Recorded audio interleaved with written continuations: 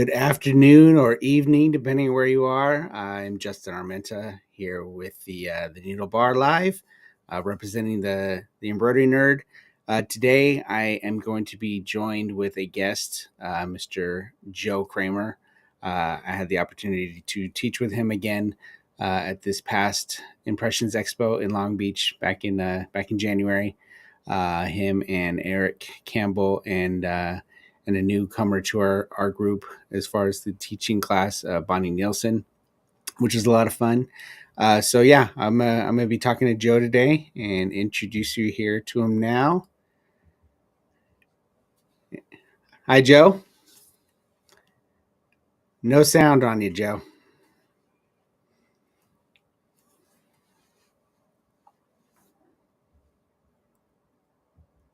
Did we lose your sound? Let's see if I can unmute you here. No, just not on this side.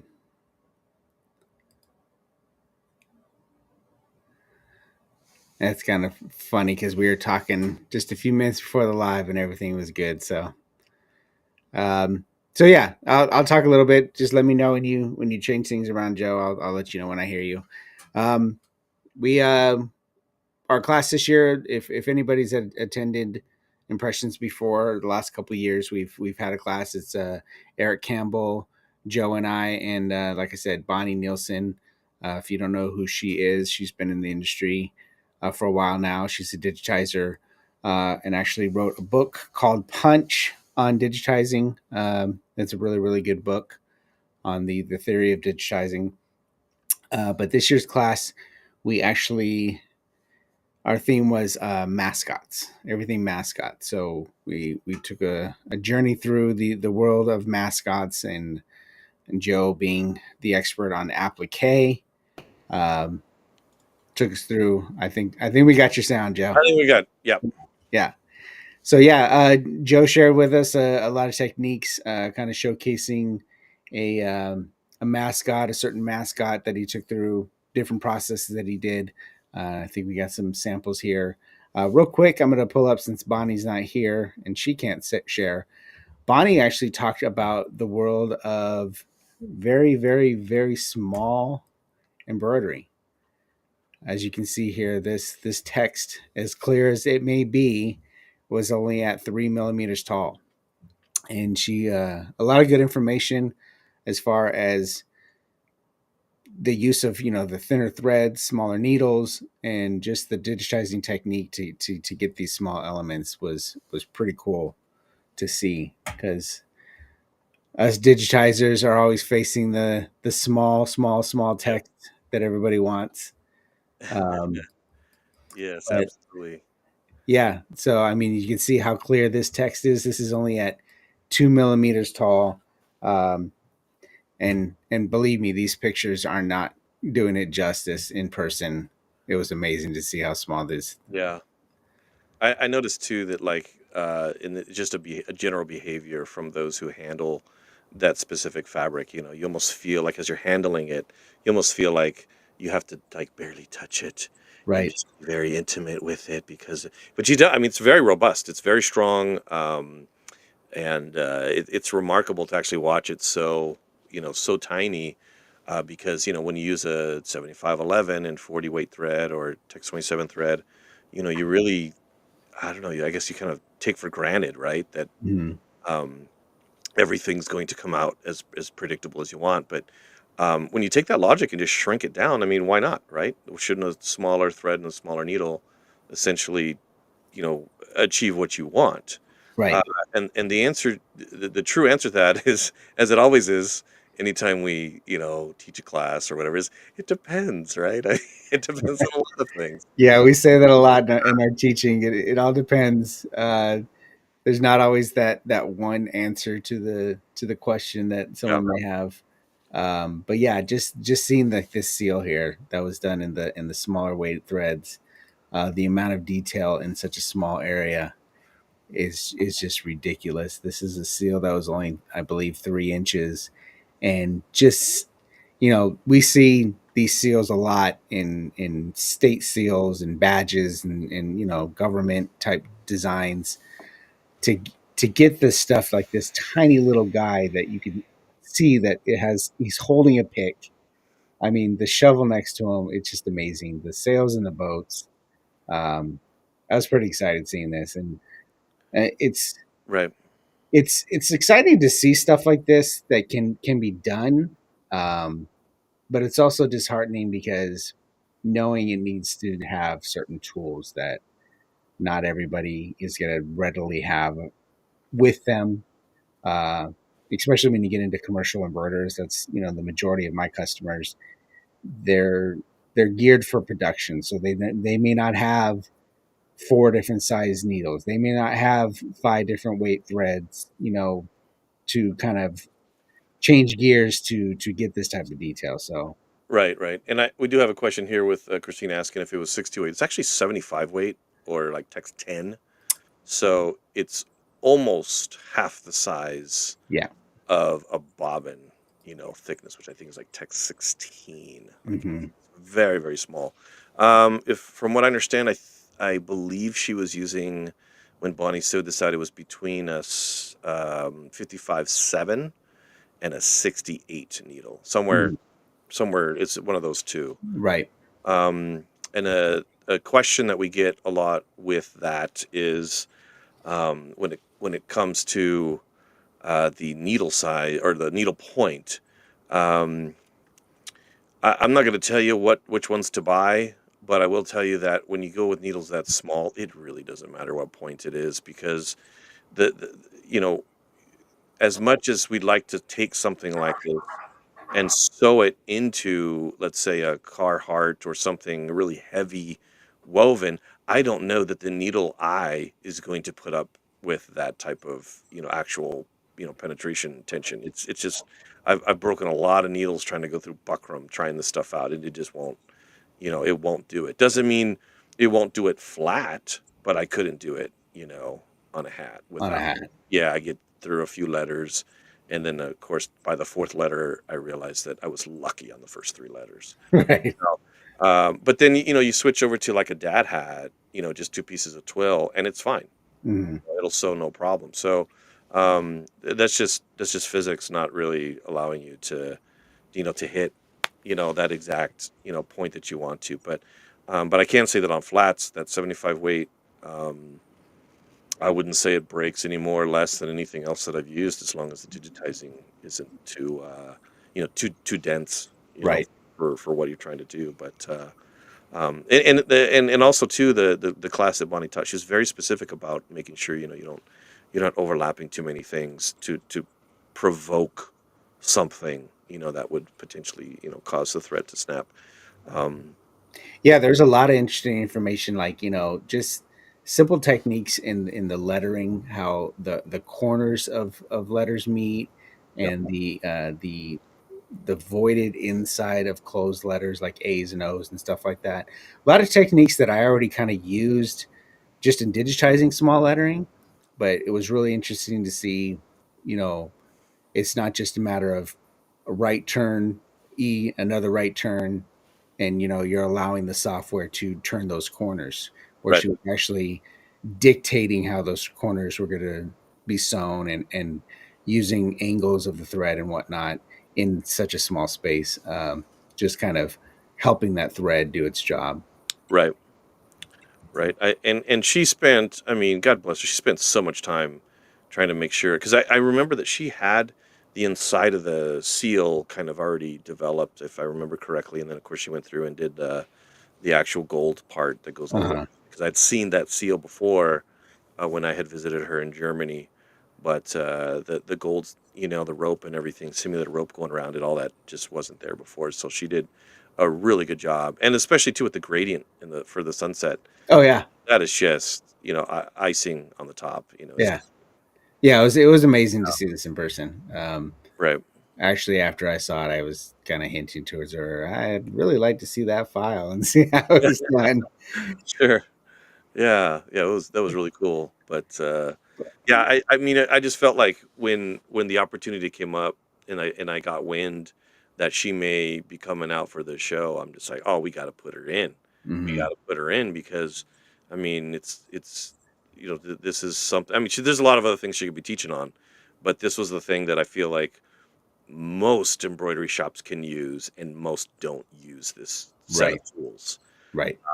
Whether it's they don't know if they can get a hold of the thread, they don't know the formula. I feel like it's more of a recipe thing. I don't know. Maybe that's what it is, but Oh, um, absolutely. yeah, And yeah, and it's that, if the end embroiderers don't have the know-how, hopefully you're using a digitizer that can give you suggestions. But then again, it's like you said, it depends. yeah, I can all day now, you know, seeing the information that I got from Bonnie and the information that I've gotten, from you with the different threads and stuff. I came up using 40 weight embroidery thread. That's everybody what, does. Yep, yeah, and everybody does it. Yep, all day, every day. Pretty much 7511 needles. But me having this knowledge, I could pass it on to a customer. But again, they have to find the vendor. They have to find the source. They have to get the thread in.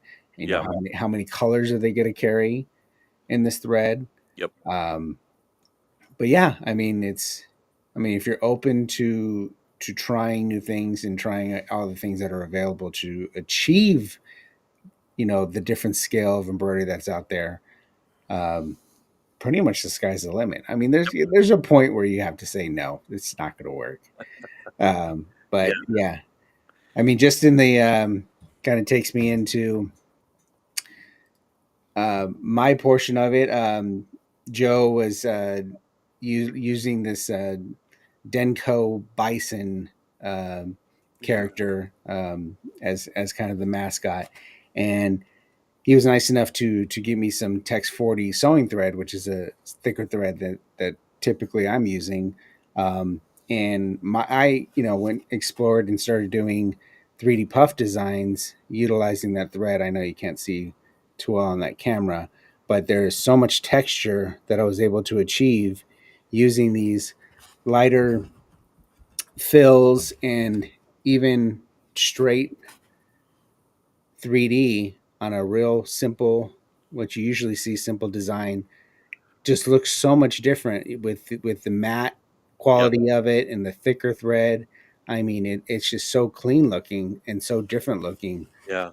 that um, I'm really glad too that is it that like a cream color that I yeah, sent you for that? I'm really glad that that was the color because cream looks great matte. yes, It looks great.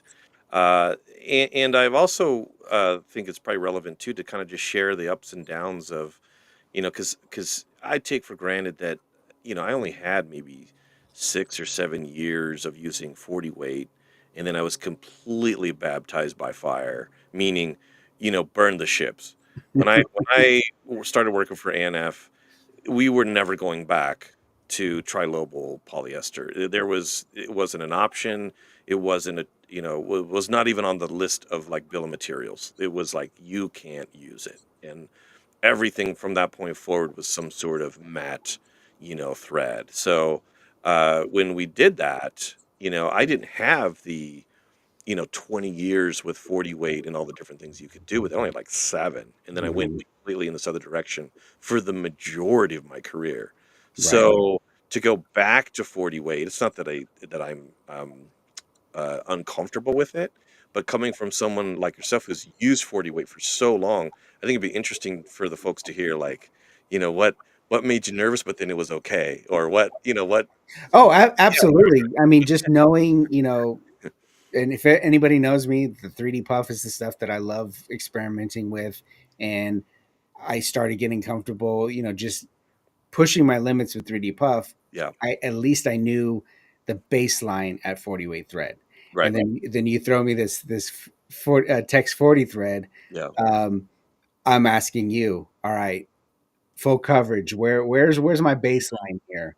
Because yeah, if I start throwing that I was doing before, I know I would have been pulling my hair out when I had this on the machine. yeah, But just kind of learning those baselines that compensating for the thickness of the thread and the look I was looking for as well is not only if we're going to pull up some of the stuff that Joe had in the class, but just getting that I kind of based my section. Joe went on before me, and I kind of based my section on his whole look and his style, that I, was privy to, just seeing his type of stuff, the real antique looking, or worn look. Yeah.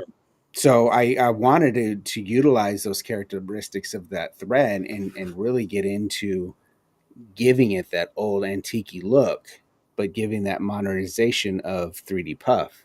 Yeah. So yeah, it was fun, experimenting with this type of stuff.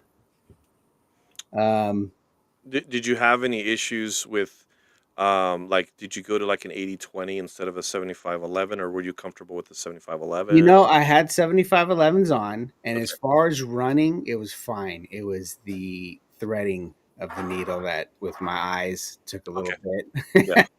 bit. But yeah, I could see changing it to a needle, an 80, just for the simple fact of threading the needle would probably be a lot easier. Yeah. But yeah, just playing with that new thread, and kind of really utilizing the aspects of it to kind of give it that real Yeah. vintage look. I mean, even making it look like a almost a patch edge. Yeah. Yeah, that's killer. I'll actually share in a second here. I'm going to download a couple things so I have it ready. But Okay, I'm gonna pick up a couple of comments here and say yeah, some go for hi, it. say some hellos. We have Doug coming in from Los Angeles. Hello, Doug. I know he was in my classes in Long Beach. We have Rose from North Carolina. Hello. We have Christine. It was great seeing you as well. Got to see her at the show. We have Z Fish 7. I'm guessing that's not the real name, but who knows? From Louisiana. So Doug said he ordered the book, waiting for it, shipping from Germany. Yeah, right now I guess it's only available in Germany. That's Bonnie Nielsen's book that he's referring to. Uh, we got DJ Kevin. Hello. Doug saying it was an excellent class. Thank you very much. Yeah, I enjoyed the class. Even when I get to sit in the crowd listening to the information, um, I love learning. I've been doing this for 30 years, and still learn something new when I get to hang out with people like Erich and Joe and Bonnie. Same, same. But I mean, it's. I think that's kind of what I was hinting to, especially like with DJ Kev mentioning that he's tested the Text 10. I mean, Hmm. this is the kind of thing that I like sharing with people because I want the community to know that you can do it. It's really not that far outside the wheelhouse. Just hoop something up, run out a few letters, and pick a few densities per each letter segment, and you will have your answers within minutes. I mean, it's the Just first like, time you throw it yeah, up. Yeah. just like his comment here. Love working with Text 40. The little that I've done it, I know I've got so many things bouncing around my head that I want to try. And it looks like he's working with Text 60 now. It's amazing, and how my mind is blown. Yeah, exactly. Another world of digitizing. Yeah. It gets you excited for somebody that's been doing it for so long, and see so many daily corporate designs that are kind of just second nature now. Right. And I think that it, especially like you mentioned, like the Tech 60 that DJ Kev just mentioned, it's when you get to that size, and I like to encourage folks to go from like the 40 weight, or Text 27, and then go to the Text 40, and then from the 40 you can go to the 60. And what that's going to do is it's going to solve some issues. It's also going to, it's going to uncover a couple other issues too. Just for example, all the time I get it's like every year. I wouldn't say I'm getting bombarded with this question, but I do get it a lot, and it's consistent. And it's, what can I do on a T-shirt? And I just, part of me is like, just don't do a T-shirt. Um, but if you have to do a T-shirt, there are ways of doing it. And I know that it doesn't sound like thicker thread will solve your problems, but it will to an extent. And the reason why I say is because with more with slightly larger thread, you actually have to achieve less penetrations before the file is over. Right. And if you do it right, meaning you're using, let's say, a wash away, backing or something that will dissolve, which means you're promoting a loose stitch effect to begin with. Meaning, like if this was screen print, this would be the equivalent of like distressing the art. So in case the print isn't perfect, it's not Right. meant to be perfect. Right.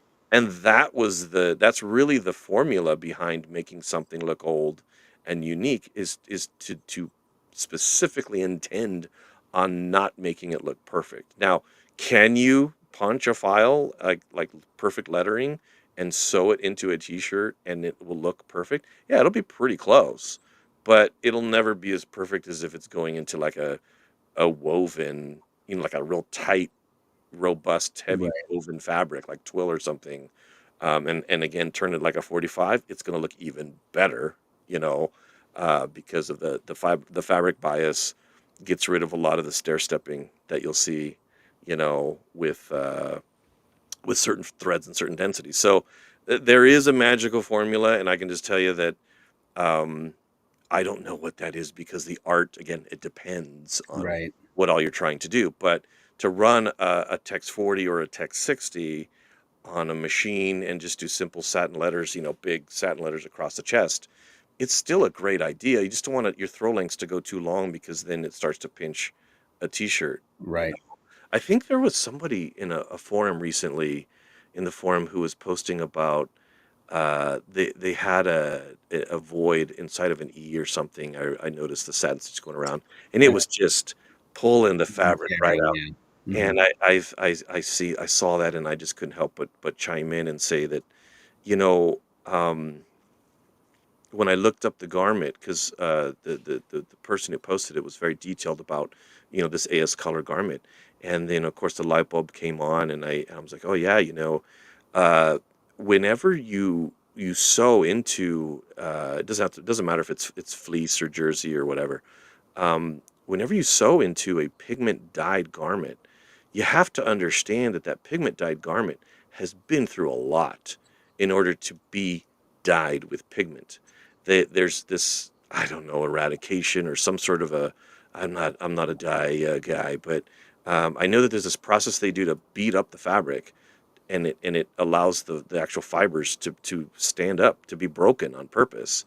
And if the garment has any kind of a cotton or short fiber content to it, it's gonna do that, and not really hold up to. You take the exact same file and you put it through a chemical reactive like BFET, like an Hmm. 8 ounce garment, and you're probably not gonna have any problems, Right.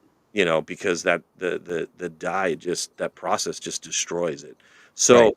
So again, going back to, could a larger thread be less provocative for poking holes, or with that types of fabrics?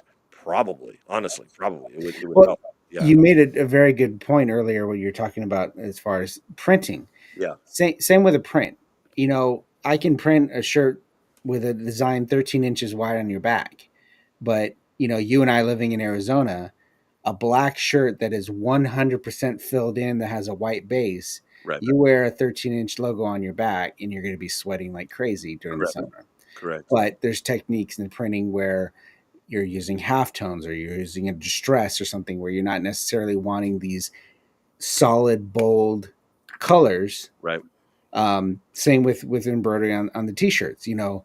If you could see your samples that you're passing around in your classes with the examples of this larger threads to achieve embroidering on the shirt, yes, but it does change the look of the embroidery and the logo. yes, So if you were like, one of my other classes that I was teaching was about large intricate designs that were fully filled designs. If you were in that class, you saw that it was all done on sweatshirts, on jacket backs, on these really thicker, heavier materials that are going right, to take that amount of stitches to it.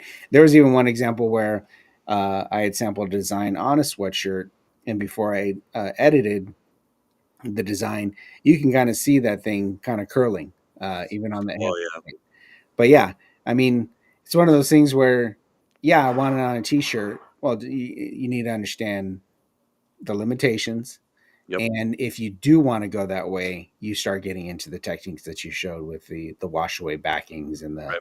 and the heavier um, text weight threads to achieve a fully covered design without the amount of stitches going into that garment. Right. I mean, right away, if that was my project and I had to resurrect like what I'm saying is, if I'm in the situation where something was promised to somebody and we had to like recoup this particular project and come back with a solution, I would absolutely at least put one layer of applique down to that art, because we know that that shirt fabric shirts have already been ordered, most likely, and sitting on a production floor. So what do you do, right? So Right. if I were to do one layer of applique and let the applique take that first layer's worth of color or shape, then if even if the base fabric does tear, in a couple of spots, the applique is going to cover right up and nobody's going to know the difference. Not Right. that we're hiding it from the customer, it's just that's the nature of embroidering into, in this case, a t-shirt and a pigment dye, Right. on top of that. But and then of course, if you could do one layer, do two layers. But again, you don't want to lose money on something you're already fighting. It's already fighting you from the moment it came into the door. Exactly. And so going back to kind of sum this whole thing up, it's like there's a time and a place. There's a recipe and a material out there that will help you, but it depends, on so many factors. How Going back to like Bonnie's contribution to the show, um, there that small embroidery is great, but I wouldn't use it on a heavy knit cap, because I know that I'm gonna struggle with trying to keep that on the surface, no matter how many layers of solvay I put down. That just seems to me like that's gonna be hard, Exactly. to keep that from sinking in to a heavy knit, texture. But Oh yeah, yeah, like showing that 2 millimeter script. It was great on the material that it was sewn in, and something like that. Yeah, on a project like that, but try to do that on a hat, and right, expe- especially if it's got a seam, it's just gonna fall right into the seam. So right, exactly. yeah, And so I've got a few things here to share. yeah. Let's see here. Let me pull up our good. Hold on, give me 2 seconds here to open up. I wanted to say hello to Eric, our another partner in crime. Great to teach with you guys. Yeah, it was an awesome class.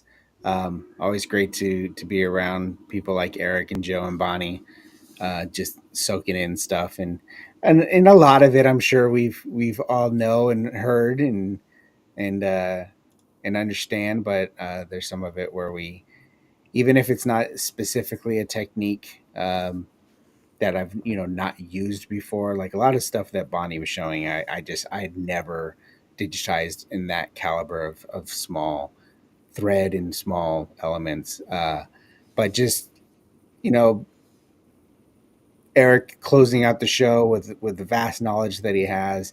There's sometimes where he just may say something and it sparks, like, oh, Yeah, that aha moment of, oh, I could apply that to that design I did last week. right. And not to say that one way is the only way to digitize a design, because I guarantee you, if you, Eric, and I digitize the design, it would all be different. Sure. Yeah. So Yeah, that's very well said. There's and again, if there's anyone out there who's not really sure if you want to go to Long Beach, or just what am I going to get out of it? I've been doing what you've been doing for 25 years and you feel kind of jaded. Really, that's why you go, because you don't really know where inspiration is going to come from until you get a chance to meet with other people who might be doing something different than you, and that's where you can talk shop. I feel the community is stronger than it ever has been in that regard. When I started off, it was not like that. People didn't talk about their secrets. They didn't talk about any of those things. yeah, They just felt that that was job security, and they kept it inside, and felt like, maybe one day you'll be worthy to wear the apprenticeship helmet, and it's not like that anymore. I get I just love how many questions I get from the community, and it's so much fun to be able to like give people that inspirational like hope and a little silver lining when they leave the show, like, oh, I'm gonna go try that. Yes, please try it. Let us know how it goes. That's Exactly. how we get our Exactly. gratification. Yeah, because we certainly don't do it for anything really other than the gratification and and teaching, being able to enjoy that. But this is one of the pieces that we did for Denko Private Line out of Colorado for Mr. Jeremy Picker and his company, Amber Creative, and they had a good buddy of mine from Abercrombie, his name is Mark Curtis, drew this up, and we are using it for this Jeremy's using it for this Denko line, and I just thought what a great opportunity to show text 40 in all its glory, sewing thread, and so this ended up. I think it's still on the Amon website, but this ended up being um, because there was four at the trade show. There was like four pictures at the Amon booth of like the four main products that we were trying to push, and the first picture was basically the Saba product, which is a polycore polywrap matte thread. It's originally designed as a construction thread, garment construction thread, but it has a very, very low shrink factor after laundering. And that's a really, really key feature when you're doing a lot of like washes or decorations where the wash really brings out, the final effect of what you're trying to do. In this case, I had to wash this because I wanted that twill, excuse me, I think it's canvas, pardon me, that I use for the base fabric. I wanted that to really fray up really nicely and get fluffy around the outside of the applique. So I really needed to wash it and agitate, right, the fabric and beat it all up. But anyway, this guy was featured on the front part of our booth because I wanted, when people came up to the booth, I wanted them to see like these are the four things you need to learn about that most people already know about the trilobal polyester, which we call isocord, but you kind of have to have that there so you can see the contrast of the other three products, and of course the Ceraphil Fine, which is the product that we were showing earlier with Bonnie with the real small letters. Um, that product we were showing it at a text 10. It goes down to a 7, and it looks Wow. spider web. So the sample that Justin showed is that's a text 10, but it goes even like one size smaller. I've never sewn with that. I feel like you can only get that when you travel to, the center of the earth or something. I don't know. I've never seen it, but it's a myth, but only the elite can get a hold of that one, I guess. But it's a really cool process. Anyway, I want to show this piece so because it really shows some of the fancy stuff. Here's our Buffalo buddy that started this whole thing that Yeah. Justin was mentioning. Um, I took a little bit of an angled shot here, but he got a little wrinkled in my suitcase. I apologize, but um, when I took this shot, but this is I think this guy was only see one, two pieces of red and four pieces of this kind of sand color here for his head. I was really trying to here. I want to show you guys too. Like not everything works out. This is the first sew I ever did, and I was really trying to like gristle his beard a little bit Uh-huh. and try to leave some holes in there, and I should have just filled it. I should have just filled it, but I really want to show how you don't always get it on the first try. Oh yeah. Know? So it's what it is. But I like to show this part of it because this is a real thing. This happens in real life. Hmm. It doesn't matter these 30 whatever years I've had doing this. I'll still make a oops. Let's tweak that. It's a quick density tweak on the next round and load up the machine and let's just start running it. It's only a few pieces of applique. Right. And you Right. and you could run this down. Now, okay, this thing is a little bit different because the the axe handle is not applique. That's direct all the way across.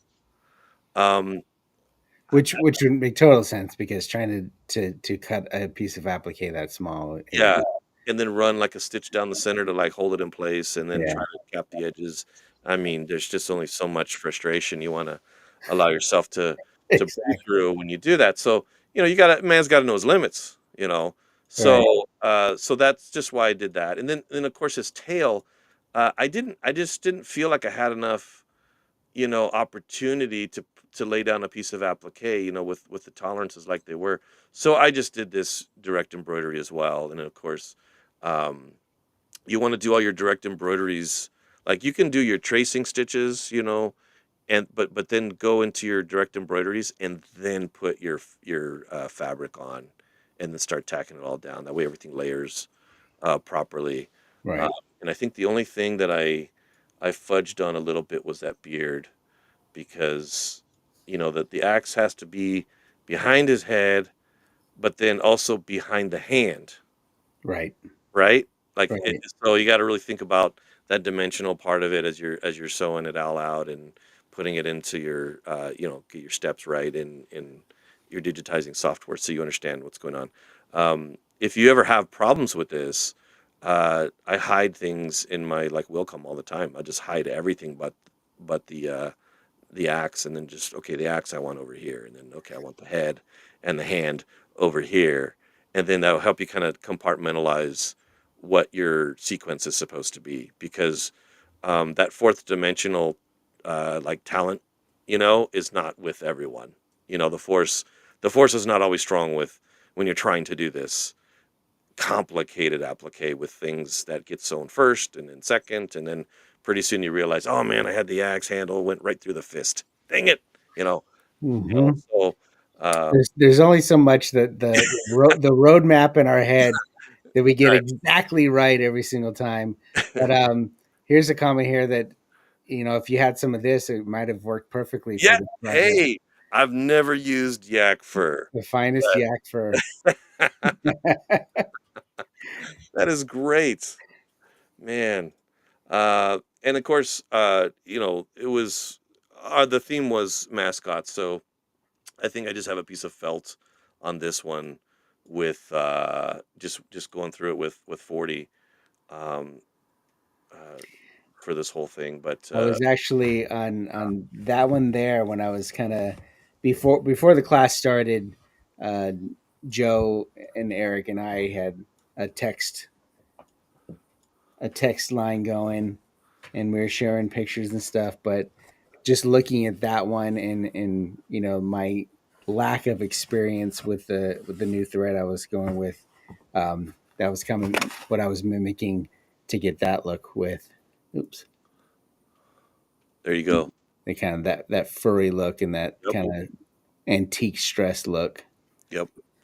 I can't speak to anybody else using anything other than Wilcom, but I'll at least say that one of the best features that they ever added was like the hand stitch Hmm. effect. If you don't have that module, that's what I used for this.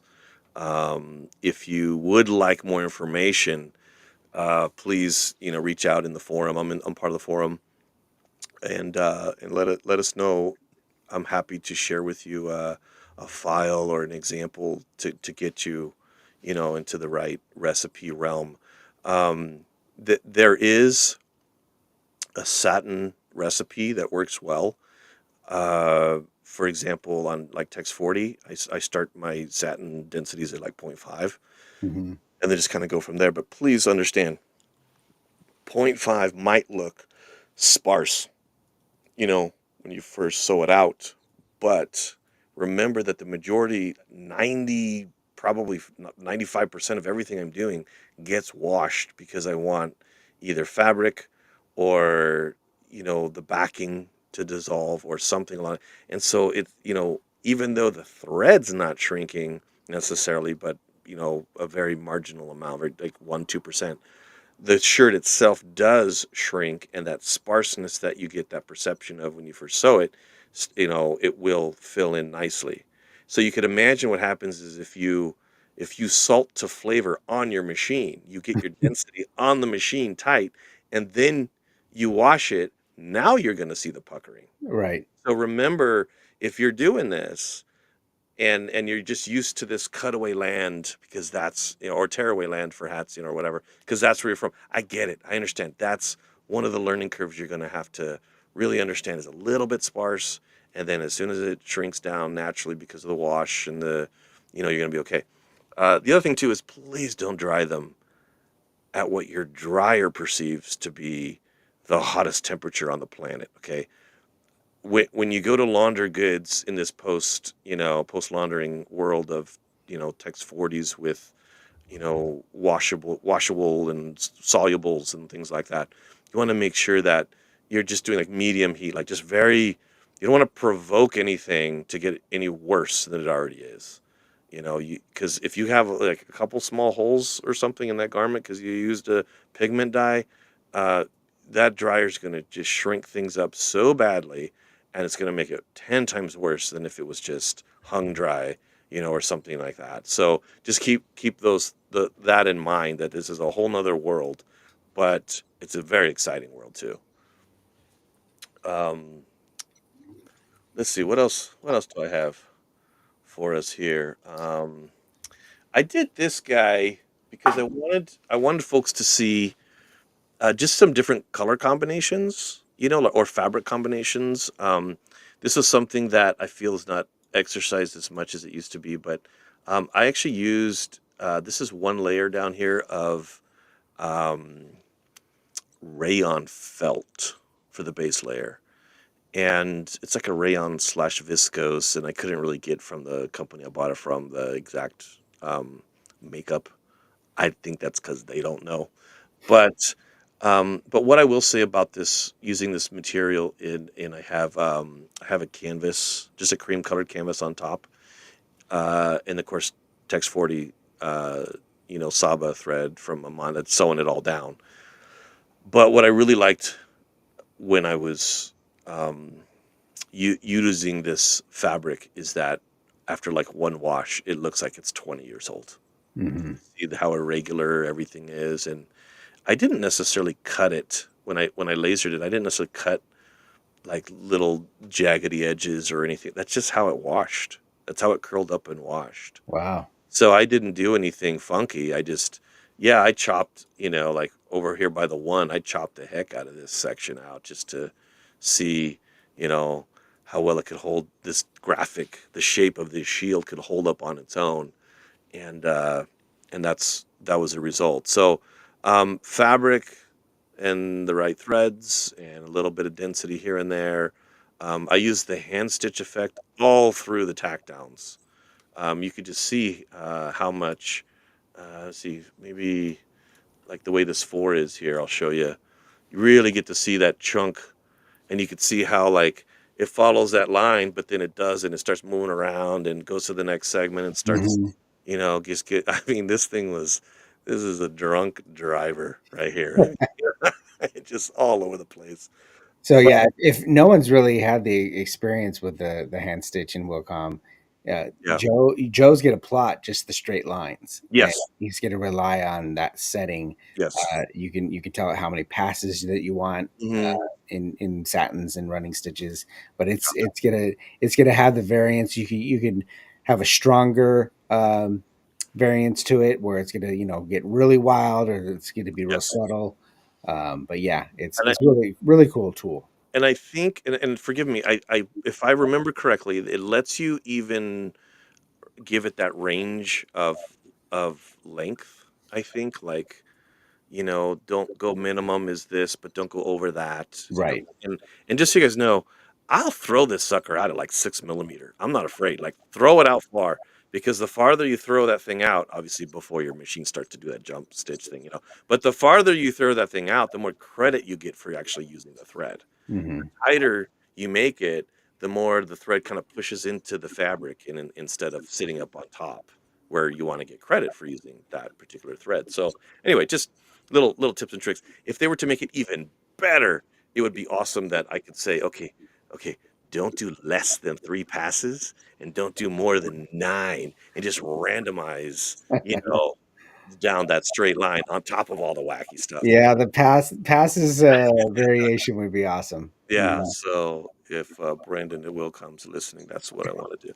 So um, anyway, so that was kind of a fun project to push through, and then I used some die stripping things. I'm gonna if folks could be patient, I've been getting some attention on that one. I'm gonna create a formula that will show folks like how I'm doing the die stripping, basically showing where the letter was once sewn on, and then after the years of distressing and repairing, etc., it's fallen off, and you can see where it used to be. It's not safe. Like the chemistry is not necessarily something that I would just, let everyone just start to play. It requires respirators. It requires a lot of safety things because once it becomes atomized and goes in the air, it will cause bronchial, inflammation. It's nasty stuff, but it works really good for returning the base fabric of whatever you're doing to its original color before it was dyed. So it goes back to like a virgin yarn, off-white color. And so the the look that you see here to relic something is done in that technique. Um, there's even scenarios where people will go and sew just like one number on there, and it's like half the number's missing, but they did the technique, and you could see where the number used to be, and your eye just accepts it, even though 80% of the letter's now gone. Your eye still completes the shape. Right. It's like, well, it's acceptable. But if that wasn't there, it would just look like a mistake. Like that distressing just doesn't look planned out Right. because it's just too much of it's missing, you know. Uh-huh. So this is a lot of stuff that we did at ANF that um, you know, but you can still see like I'm not doing anything that you wouldn't be able to do. There's still you see the show stitch, the tracing stitch going right down through here. It's still there. It's still an acceptable, looking, scenario. But and then what else did I? Oh, you can see some really good textures here. Actually, look at that. That is nasty. That's some cool stuff. Yeah. So um, And again, this going back to these are techniques that Joe's using. This is a full front of a t-shirt like you see on yeah. printed on my sweatshirt. If that was completely 100% stitches on a t-shirt, you would have had all Oh kinds yeah. of curling And and all of these have very little on the back. I mean, you do see a bobbin, but especially like if it's on fleece, it doesn't even have to be a heavyweight fleece, just a medium lightweight fleece. You're not gonna feel any of it, zero of it.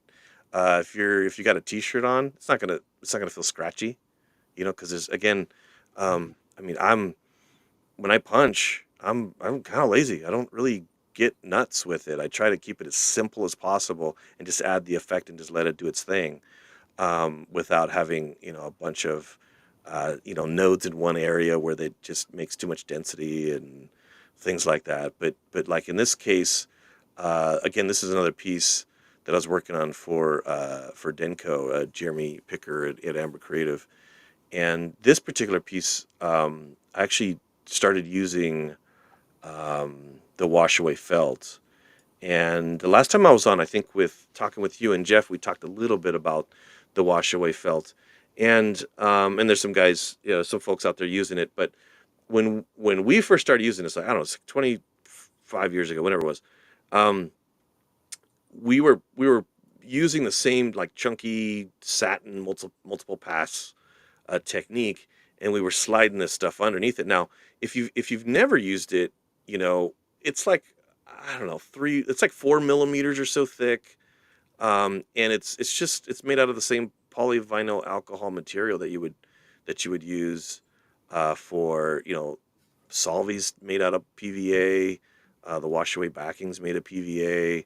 The Tide Pods that hold all the soap together before you throw it in that's made out of PVA, polyvinyl alcohol. It's the same, it's water soluble resin is basically what it is, plastic resin, Um, but anyway, uh, we were experimenting with this because we wanted the whole point of this is to make the numbers, letters, whatever, look as hand sewn as possible. And when you hand sew something into fabric, it's not the same as a machine embroidered knot Right. stitch, Right. where the machine kind of holds it tight and tacks it down tight and then goes tight and tight, and you just kind of left with this tightness. Um, and this allows the loft to happen and make that particular stitch look a bit more natural. So this is the still in the hoop form, and I put it on. I get it. The reason why I have the three cut separate from the tree, etc. I didn't. I was like, do I want to do the tree? Couldn't figure out what I wanted, but I knew I wanted to do the three. I knew I wanted to do eight. I was like, do I want to do the tree? Experimenting on the fly. Exactly. I'm just like, you know what? I'm doing the tree. I'm doing the tree. If I need, and it did go wrong, and I had way too much density in the tree, but I'm still going to show that anyway because that's part of learning, and Mhm. that's why we're here. So the density in the tree, let me see if I got pictures that complement this. Kind of, sort of. Can't really see. This is me sewing it down. Okay, let me go back to, here we go. This is the after wash scenario. And it's a little bit difficult to see, but you can see how much loft, you're going to get out of that three. Whereas before, if I just let it so flat, it just wouldn't. It would have not given me near as much dimension. It Right. will still have dimension, but not this much. No, So it won't have that kind of that worn, unraveled look right, where you can visibly see that right, looping of the thread above the fabric. correct.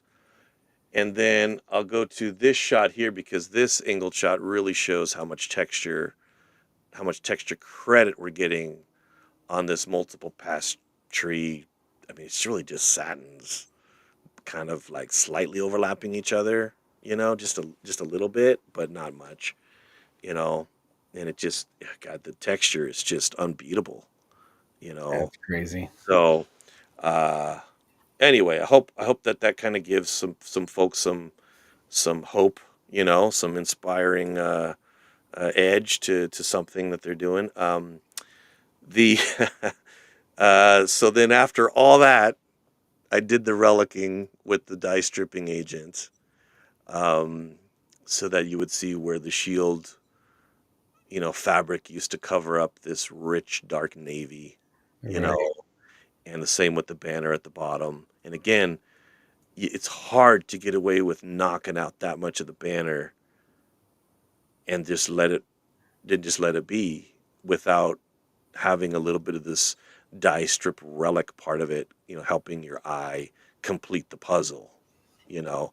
And of course, on top of all of that, I cut out a piece of wash away in the shape of a three and an eight, and I laid it on this thing, and I sprayed over the top of it, use it as a mask, and I sprayed over the top of it. Then, as it began to, work, then I just peel it off, spray the rest of it, peel that layer off, and then let it wash. And this is the final result.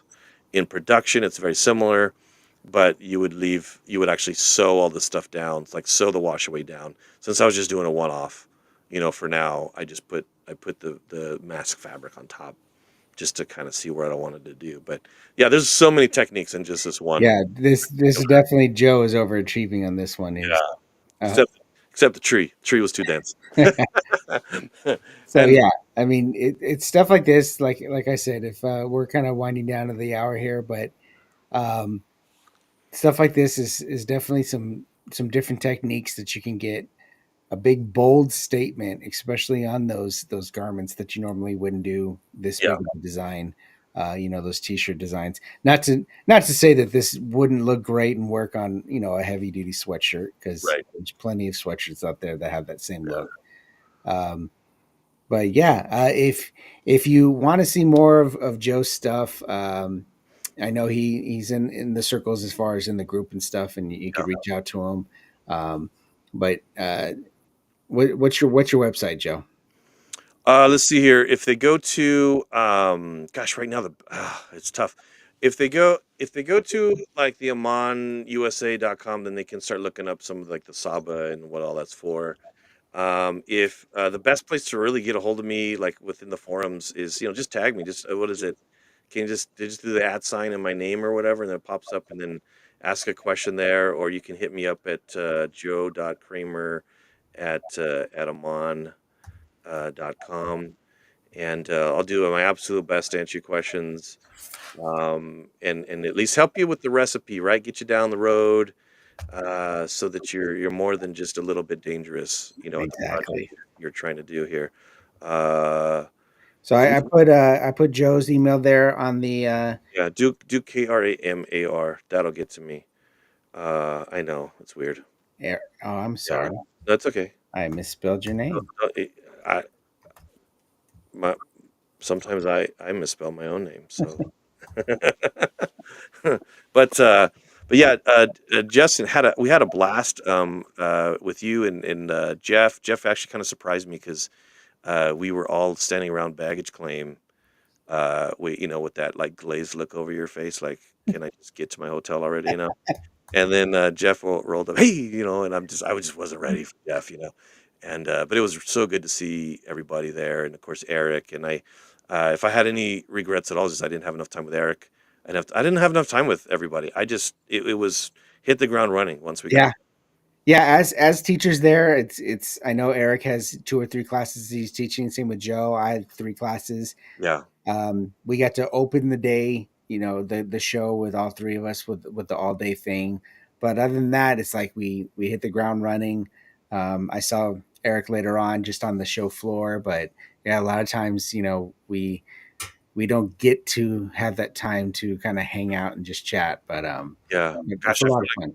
I feel like we should do something just for that, just because the community just keeps getting stronger, and we just need to get together and just make our own event. I feel like Absolutely. sometimes because it would just, I mean, I could just go on and on about all this stuff and try to help people learn it, because um, it's just so invaluable, and I cannot tell you how much I loved what you did with those hats. And I mean, I'm honored right off the bat that you even took something I did and made it the inspiration to push forward, but then to actually not only, like, at least my gratification, not only to see the results and to watch you present it, but to hear about how the production of this was actually pleasant, and it Right. wasn't a wrestle, and it wasn't a fight, and the machine, was it wonderful to like give your machine something, give it different food, and go, oh my gosh, it eats that too. That's Oh, amazing. believe me, I was happy that I didn't have the heartaches that I was Right. anticipating. Yeah. But yeah, like out of the 12 hats, maybe the first few I had like, all right, I'm going to tweak this, this, and this, which Yeah. led me to say I can go back to all the designs, made Yeah. those tweaks, and by the time I was running the last 6 designs, they were flawless. They were beautiful. Yeah. Yeah. Oh, it Yeah. was great. It was, yeah. I just would, like I said, I just wish it was longer. I wish we could spend more time together, but certainly grateful for all the time that we did get to spend and meet with more of the community members. It was just Absolutely. dream come true in its own. Absolutely. Well, I did drop the links to everything embroidery nerd. Come check us out if you haven't joined the Discord, and all the links are there where you can find us. One little thing I wanted to kind of point out: I do have a free design in my store. The green's not picking up, but there is some eagle wings in the back here. Yeah, his hat's not really transparent. Exactly, but inspired by the big game. Yeah. They not like us with some eagle wings. I will go ahead and put that in the comments there as well. My store, you can download that for free right now. Just a little fun thing for those Eagle fans out there. Yep. Um, but yeah, check that out. And thank you for your time today, Joe. Hey, thanks for having me. I'd love to come back anytime. Have me. Yeah, well, we'll definitely have Joe back and talk everything embroidery and applique and everything else. Um, I'm sorry, DJ Kev, you're a Commanders fan, but check out the design. It's a cool design anyway. So Yeah, absolutely. On behalf of the Embroidery Nerd, I'm Justin Armenta with JA Digitizing. This is Joe Kramer with the Amon Group and Applique Joe. Thanks for coming and spending some time with us. Awesome. Thanks for having me. Good night, everybody. Take care.